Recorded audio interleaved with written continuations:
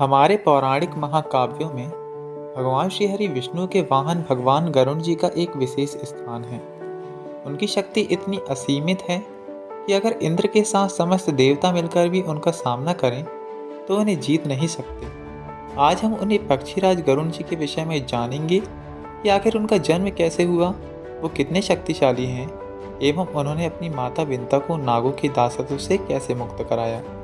यह कथा गीता प्रेस गोरखपुर महाभारत के आदि पर्व के अंतर्गत आने वाले आस्तिक पर्व अध्याय 23 से लेकर अध्याय 34 में से ली गई है। आप जाकर वहां पढ़ सकते हैं। नमस्कार, मेरा नाम है अजय। यह है ज्ञान का चक्र और आप सभी देख रहे हैं सप्त चक्र। एक बार महर्षि कश्यप पुत्र प्राप्ति हेतु यज्ञ कर रहे थे। उन्होंने देवराज इंद्र को समिधा लाने के लिए नियुक्त किया था। बालखिल्य मुनियों तथा अन्य देवगणों को भी यही कार्य सौंपा गया था। इंद्र शक्तिशाली थे। उन्होंने अपने बल के अनुसार लकड़ी का पहाड़ जैसा उठा लिया। उन्होंने मार्ग में बहुत से छोटे ऋषियों को देखा। वे सब मिलकर पलाश की एक बाती की सी छोटी सी टहनी लिए आ रहे थे। अपने बल के घमंड में उनकी हंसी उड़ाते हुए इंद्र शीघ्रता के साथ उन्हें लांघकर आगे बढ़ गए। इंद्र के इस व्यवहार से ऋषियों को भारी रोष हुआ। अतः उन्होंने उस समय एक ऐसे महान कर्म का आरंभ किया जिसका परिणाम इंद्र के लिए भयंकर था।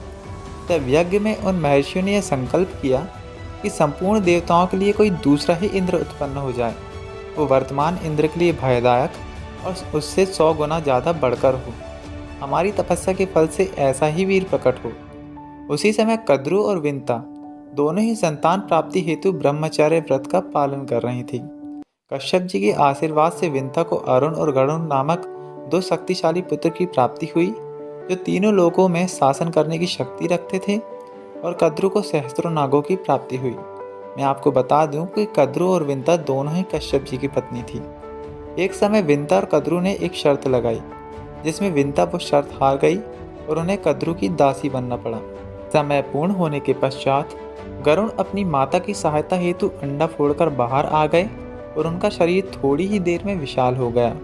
वे स्वयं भयंकर तो थे ही, उनकी आवाज़ भी भयंकर थी। उनका तेज अग्निदेव के समान था। उन्हें देखकर सभी देवता और ऋषि अग्निदेव के पास गए एवं बोली, भगवान, आपका तेज इतना क्यों बढ़ रहा है?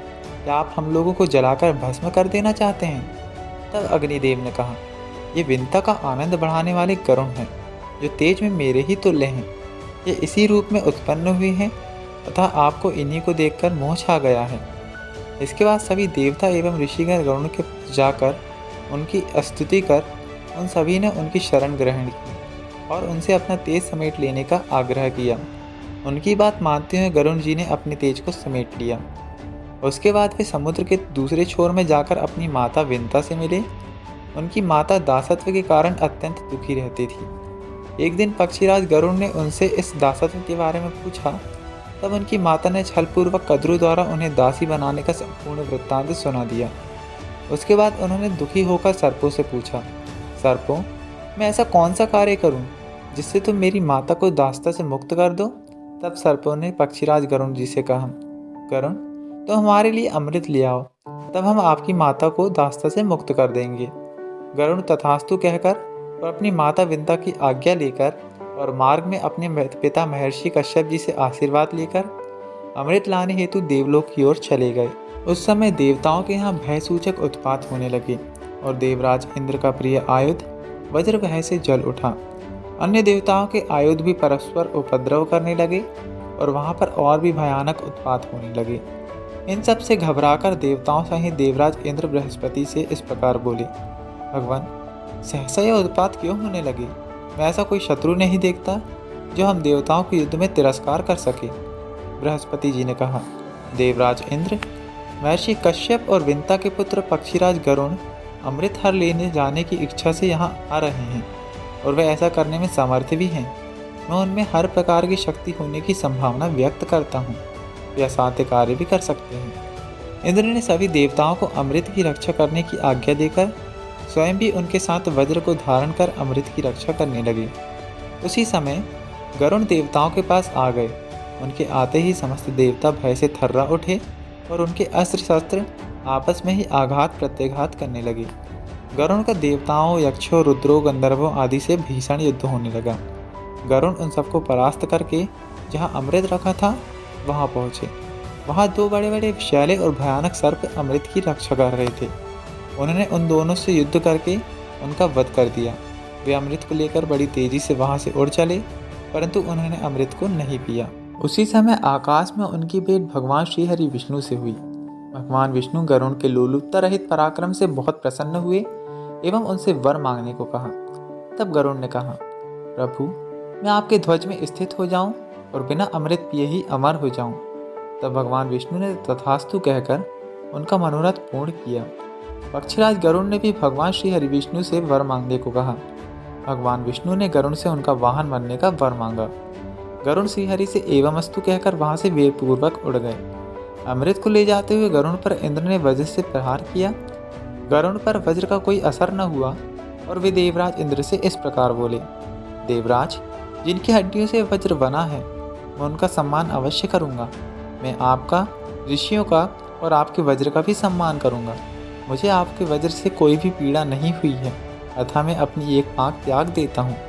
उस पंख को देखकर सभी प्राणियों को बड़ा हर्ष हुआ एवं लोगों ने कहा, जिसका यह सुंदर पर्ण अर्थात पंख है वह पक्षी सुपर्ण नाम से विख्यात हो।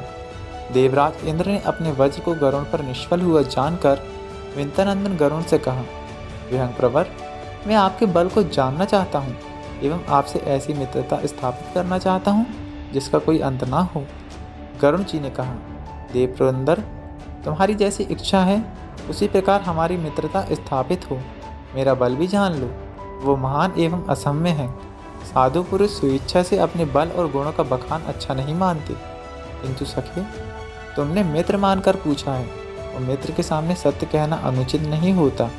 इंद्र, पर्वत, वन और समुद्र के जल सहित सारी पृथ्वी को और इसके ऊपर रहने वाले आपको भी अपने एक पंख पर बैठाकर मैं बिना परिश्रम के उड़ सकता हूँ। अतः संपूर्ण चराचर लोगों को मेरे ऊपर रख दिया जाए तो मैं सबको बिना परिश्रम के ढो सकता हूँ। इससे तुम मेरे महान बल को समझ लो।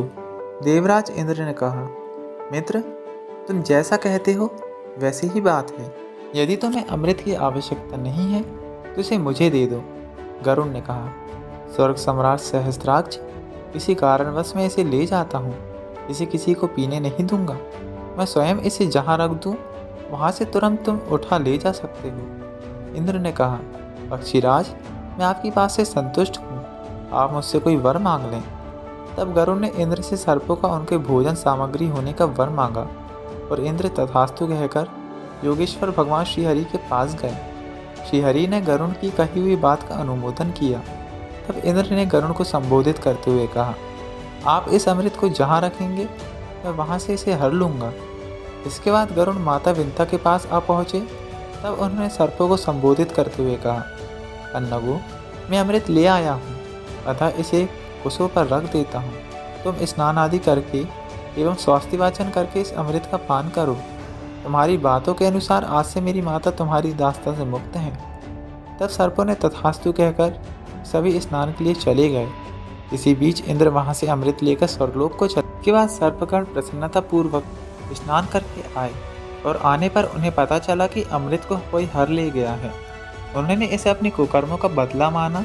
उन्होंने यह मानकर कि कुश पर अमृत का कुछ भाग लगा हो, इसलिए उन्होंने कुश को चाटना शुरू कर दिया, जिससे उनके जीभ के 2 टुकड़े हो गए।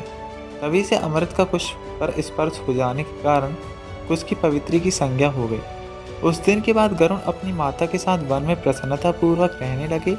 वे सर्पों को खाते और पक्षियों से सम्मानित होकर चारों ओर अपनी कीर्ति फैलाने लगे। जो मनुष्य इस कथा को श्रेष्ठ द्विजों की उत्तम गोष्ठी में इसे पढ़ता एवं सुनता है, वह पक्षीराज महात्मा गरुड़ के गुणों का गान करके स्वयं पुण्य का भागी होकर निश्चय ही स्वर्गलोक में जाता है। यह कथा गीता प्रेस गोरखपुर महाभारत के आदि पर्व के अंतर्गत आने वाले आस्तिक पर्व अध्याय 23 से लेकर अध्याय 34 में से ली गई है। इसे आप जाकर वहां पढ़ सकते हैं और आपसे निवेदन है कि कृपया अपने धर्म ग्रंथों को अवश्य पढ़ें। ईश्वर का सानिध्य आपके साथ बना रहे। नमस्कार।